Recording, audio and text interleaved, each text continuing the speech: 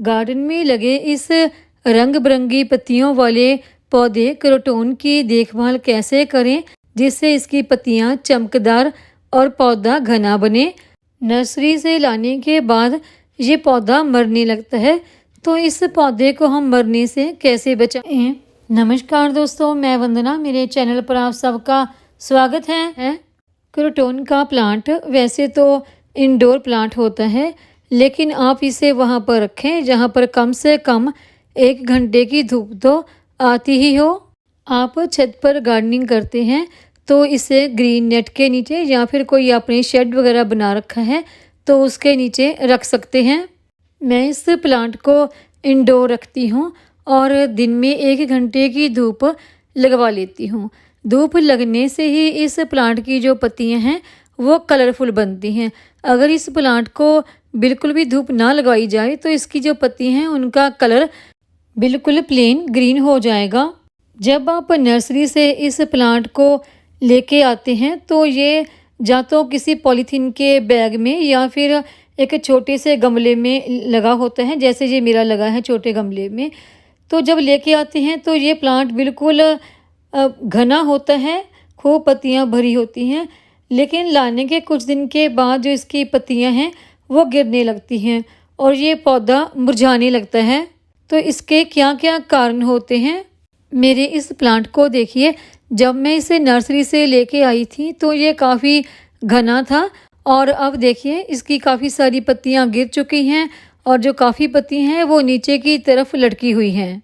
इसका एक कारण तो होता है कि अगर हमारे पौधे को पानी नहीं मिला, जो गमले की मिट्टी है वो पूरी तरह से सूख चुकी है, और फिर जब आप इस प्लांट को पानी देते हैं और इसकी पत्तियों के ऊपर भी पानी का स्प्रे करते हैं तो कम से कम 20 से 25 मिनट के बाद ये पत्तियां फिर से आपको बिल्कुल सीधी खड़ी मिलेंगी। पानी की कमी होने की वजह से भी ये पत्तियां नीचे की तरफ गिरने लगती हैं। तो इसलिए आप इस प्लांट में कभी भी पानी की कमी ना होने दें। और पत्तियां गिरने का जो दूसरा कारण है वो होता है अगर आपने इस प्लांट को तेज़ धूप में रखा है तो देखिए इस तरह से इस प्लांट की पत्तियां सूखने लगती हैं, और जब ये पत्तियां पूरी तरह से सूख जाती हैं पौधा इस तरह से मुरझा जाता है और इस वजह से भी जो इसकी पत्तियां हैं वो गिरने लगती हैं। तो आपको इस प्लांट को वहाँ पर रखना है, यहाँ पर कम से कम 1 घंटे की धूप आती हो, इससे ज़्यादा नहीं। आप इस प्लांट को ग्रीन नेट के नीचे या फिर किसी शेड के नीचे रख सकते हैं। पत्तियां गिरने की वजह से इस प्लांट की बस इस तरह से डंडी सी रह जाती है। और इस प्लांट की पत्तियां गिरने का अगला कारण है, जब आप इस प्लांट को नर्सरी से लेके आते हैं तो ये खूब घना होता है। फिर जब आप इस प्लांट को ट्रांसफ़र करते हैं तो आप इसकी मिट्टी जो है वो रिमूव कर देते हैं। इसकी मिट्टी जो होती है वो रेड कलर की होती है, तो वो रेड कलर का जो मिट्टी होती है यहाँ से ये प्लांट आता है, तैयार होता है, वहाँ की मिट्टी होती है। तो आपने ये गलती नहीं करनी, पूरी की पूरी मिट्टी इस प्लांट की आपको रिमूव नहीं करनी है। और जब आप क्रोटोन का प्लांट ट्रांसफ़र करते हैं तो आप देखते हैं कि उसकी रूट में इस तरह की एक जाली होती है फंसी हुई।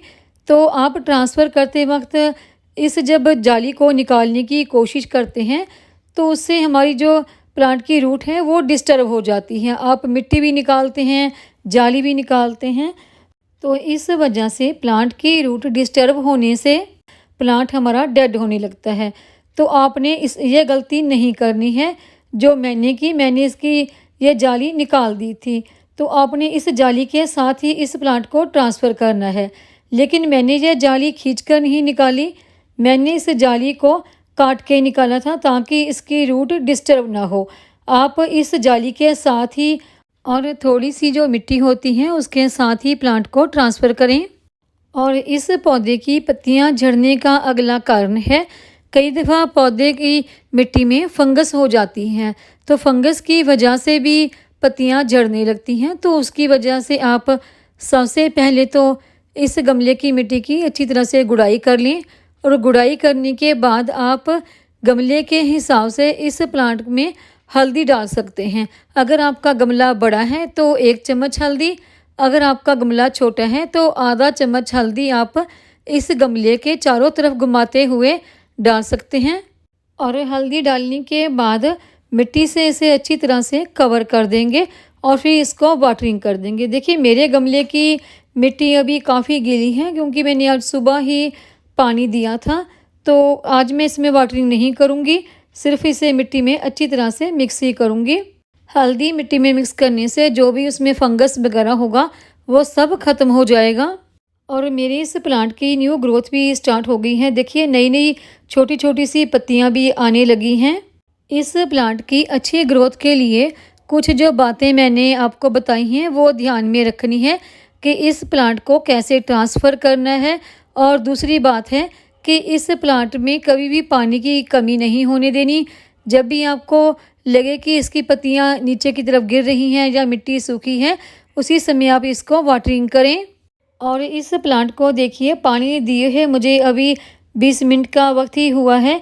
इसकी पत्तियां आपको ऊपर की तरफ होने लगी हुई दिखाई दे रही होंगी और पत्तियों में एक चमक भी दिखाई दे रही है। और इसकी पत्तियां गिरने का दूसरा कारण है कि आपने इस प्लांट को सीधी डायरेक्ट धूप में पूरा दिन नहीं रखना है। या तो इसे किसी शेड वाले एरिया में रखें या फिर वहाँ रखें जहाँ पर सिर्फ 1 घंटे की धूप ही आती हो।